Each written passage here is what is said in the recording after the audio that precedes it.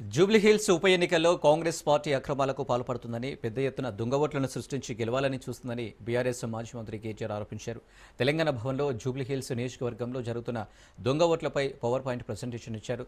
జూబ్లీహిల్స్ నియోజకవర్గంలో ఓటర్ల జాబితా తప్పుల తడకగా ఉందని, మొత్తం 12,000కు పైగా దొంగ ఓట్లను సృష్టించారని ఆయన ఆరోపించారు. కాంగ్రెస్ పార్టీ అభ్యర్థి ఇష్టానుసారంగా వేల సంఖ్యలో ఫేక్ ఓట్లు పంపిణీ చేశారని ఫైర్ అయ్యారు. ఆయనపై ఇప్పటికే కేసు కూడా నమోదైందని తెలిపారు. ఈ వ్యవహారాన్ని ఎన్నికల కమిషన్ దృష్టికి తీసుకువెళ్లడం తో పాటు న్యాయ పోరాటం చేయడానికి సిద్ధంగా ఉన్నామని కేటీఆర్ స్పష్టం చేశారు. 2023లో జూబ్లీహిల్స్ నియోజకవర్గంలో మొత్తం ఓటర్ లిస్టు ప్రకారం ఓటర్ల సంఖ్య 3,75,000 చిల్లర. ఇప్పుడు 2025లో 23,000 ఓట్లు పెరిగినాయని చెప్పి ఈ రోజు ఎన్నికల కమిషన్ చెప్తా ఉంది. 23,000 ఓట్లు పెరిగినాయని చెప్తున్నారు.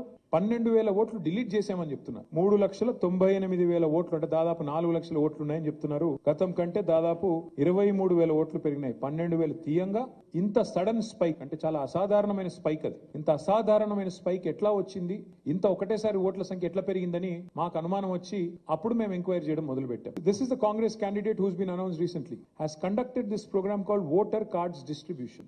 You can even see some minor voters. He's been already booked for fake epic voter ID distribution. In full media glare, this gentleman has distributed more than 1,000 such voter IDs.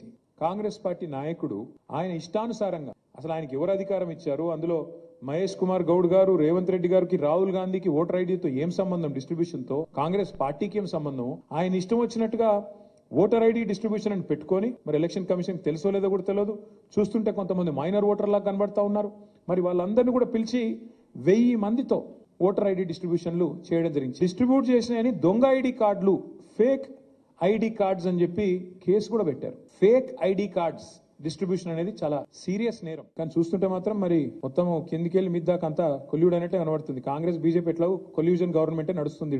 మరి రేవంత్ రెడ్డి ఏమైనా చెప్పిండో ఏమో పైకి, ఏం మాట్లాడద్దు ఈ విషయంలో, ఎందుకంటే మా దొంగ ఓట్లతోనే గెలవాలనుకుంటాం అన్నడేమో. మరి అయినా గెలవరు, అది కూడా చెప్తున్నాడు. ఇన్ని కథలు పడ్డా గెలవరు.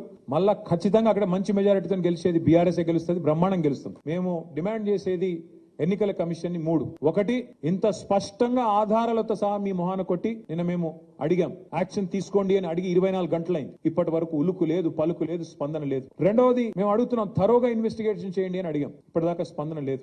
ఎవరైతే అధికారులు కుమ్మక్కై ఈ రకమైన అరాచకాలకు తెరలేపారో వారిని శిక్షించండి అని అడిగాం. మూడవది, ఆ ఓట్లు దొంగ ఓట్లన్నీ తీసేయండి, ఇది తప్పు.